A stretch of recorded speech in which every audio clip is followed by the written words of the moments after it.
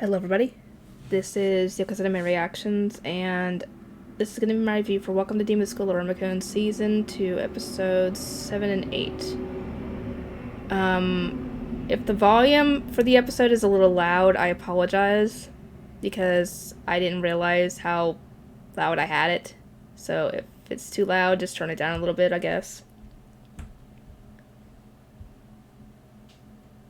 Anyway,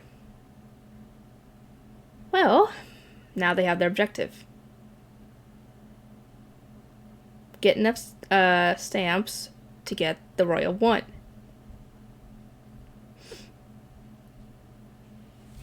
Anyway, they all split up and try and go after all the teachers because they're supposed to go after the faculty.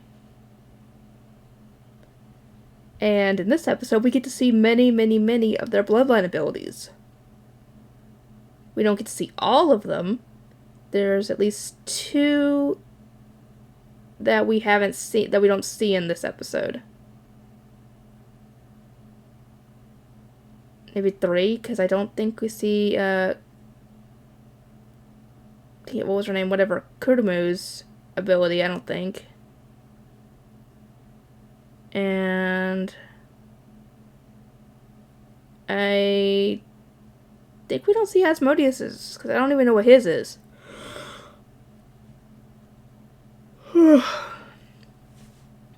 Anyway, like I said, we get to see them all, and even though Iruma's in his evil cycle, which obviously, like I said, it's an artificial one, it's still him in there. Like when the janitors ask him to help them with, I think, planting flowers, he still helps them. He's not, rude or mean or anything. He's just like, whatever, and he goes to help them. So part of him is still in there, essentially. So it's not. So it still is him. It's just more charismatic, more aggressive, more manipulative, I guess, maybe. And speaking of, actually, there's another part of that where I think it was her name, Clariel, whatever her name is, who is Kurumu. She comes in and he had fallen asleep, and he tells her that there's a few professors that they could get the stamps for, but she would have to reveal who she is to them. But he tells her, don't worry about it, we'll do it a different way. So essentially, he's not going to make his classmates do something they don't want to do, obviously. However, there is a few teachers that he's not going to be able to get at without like a recommendation from the student council. So he goes to talk to Omri. I don't know who told Omri about his evil cycle, but she doesn't seem to be thinking too much on it. Though he is very, like I said, he's very charismatic, very persuasive, and it gets to the point where she is all flustered because of how he is and how he's acting towards her. He doesn't act flirty, but she's taking it that way, especially as he gets closer to her. And she ends up giving him the letter of recommendation. However, the only one left after a while is Caligo's. And obviously we know he's not going to give it unless he has all the other stamps. So that's the last one they needed to focus on. And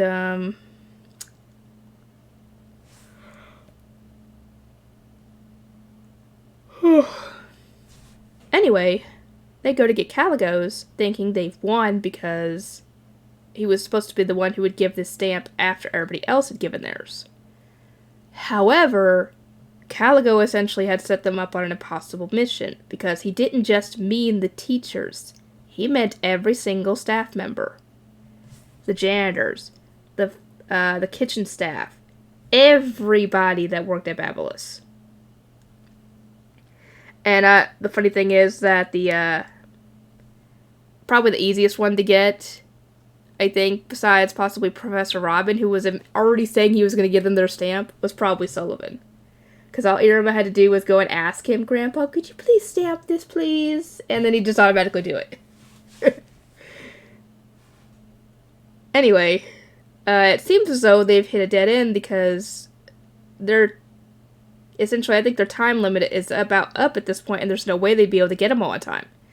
However, Iruma's good deeds in helping out the staff and everybody came in handy at this point because all the other staff came in at this point. One of them offering, his stamp because Iruma had helped him out before. And he was like, well, this isn't going to be enough, thank you though.